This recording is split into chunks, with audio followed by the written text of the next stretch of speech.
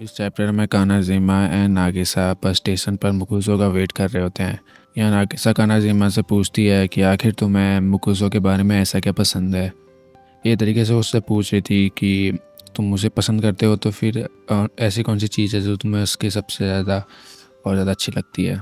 लेकिन वो उसे कोई जवाब नहीं देता और जस्ट उसे ही क्वेश्चन पूछने लगता है। उसे लग जाता है कि आखिर तुमने भी तो कोई ना कोई लड़का ढूंढ ही लिया होगा जो जिसे तुम पसंद करती हो। ये सुनकर वो भी कुछ जवाब नहीं दे पाती और कुछ देर बाद वहाँ पर मुकुज़ो पहुँच जाती है, जो कि ऑलमोस्ट 20 मिनट लेट थी। और ये सब पूछना कैसे से बोल रही थी कि आखिर तुम 20 मिनट से कहाँ थी, लेट हो चुकी है मैं। यहाँ मुकुज़ो उसकी तारीफ़ करती है नागिसा की, काफ़ी तुम आज क्यूट लग रही है, और वो थोड़ा शर्मा जाती है इससे ना। उसके बाद वो तीनों बस में बैठकर मूवी देखने के लिए चले जाते हैं। अपना बस से बाहर उतरते टाइम अचानक से जब मुकुज़ो उतर रही थी, उससे पहले नागिसा और कानाजीमा पहले उतर चुके थे वैसे, तो पीछे बस ड्राइवर उन दोनों पे चिल्लाते हुए बोलते कि मुकुज़ो कि तुम हेल्प क्यों नहीं करते उतरने में। इससे वो कुछ भी समझ नहीं पाता आखिर हम मतलब हेल्प किस चीज़ में करनी है, वो तो उतर सकती है इस चीज़ से। फिर उसके बाद वो चले जाता है वहाँ से बस ड्राइवर बस को लेके, और वो दोनों अभी भी कन्फ्यूज होते हैं कि आखिर वो बस ड्राइवर अचानक से हम पे ऐसे चिल्लाया क्यों।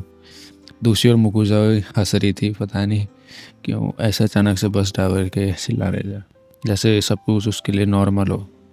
कुछ देर बाद वो थिएटर के अंदर पहुंच जाता है और मूवी देखना स्टार्ट करता है, लेकिन कुछ देर में ही मुकुज़ो सो जाती है। उसे लगता है शायद बोरिंग लगने लग जाती है मूवी। और जैसे ही अगली मूवी चलती है उस टाइम फिर कानाजीमा भी सो जाता है।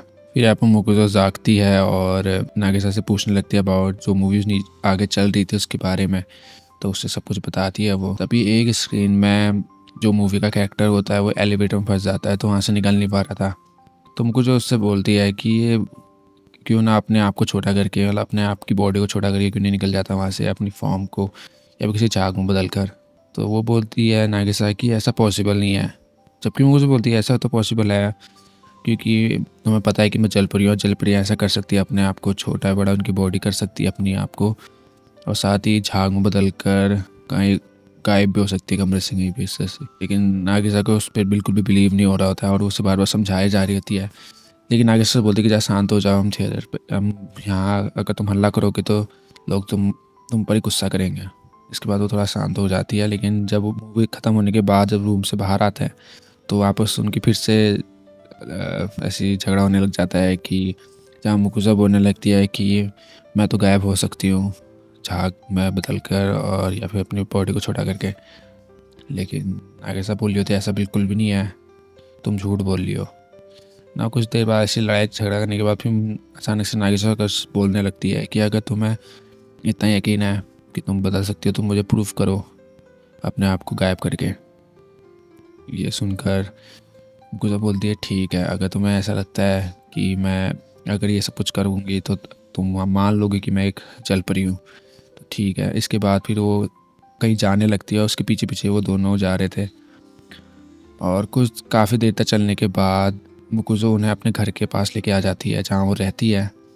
मुकुज़ो से बोलती है कि जैसे ही मैं दरवाजे के घर के उस पार जाऊँगी, अपने अंदर जाऊँगी, तो वहाँ से मैं तुम अंदर चेक करने के लिए आना, फिर मैं वहाँ से गायब हो जाऊँगी।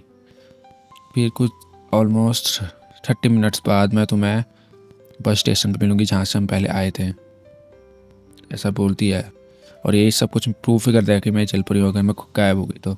इसके बाद वो उसके रूम के अंदर चले जाती है। यहाँ नागिसा को लग रहा था कि ऐसा उसको महसूस हो रहा था कि अभी मुकुज़ो जब गायब हो जाएगी तो शायद वो उसको दोबारा कभी नहीं देख पाएगी।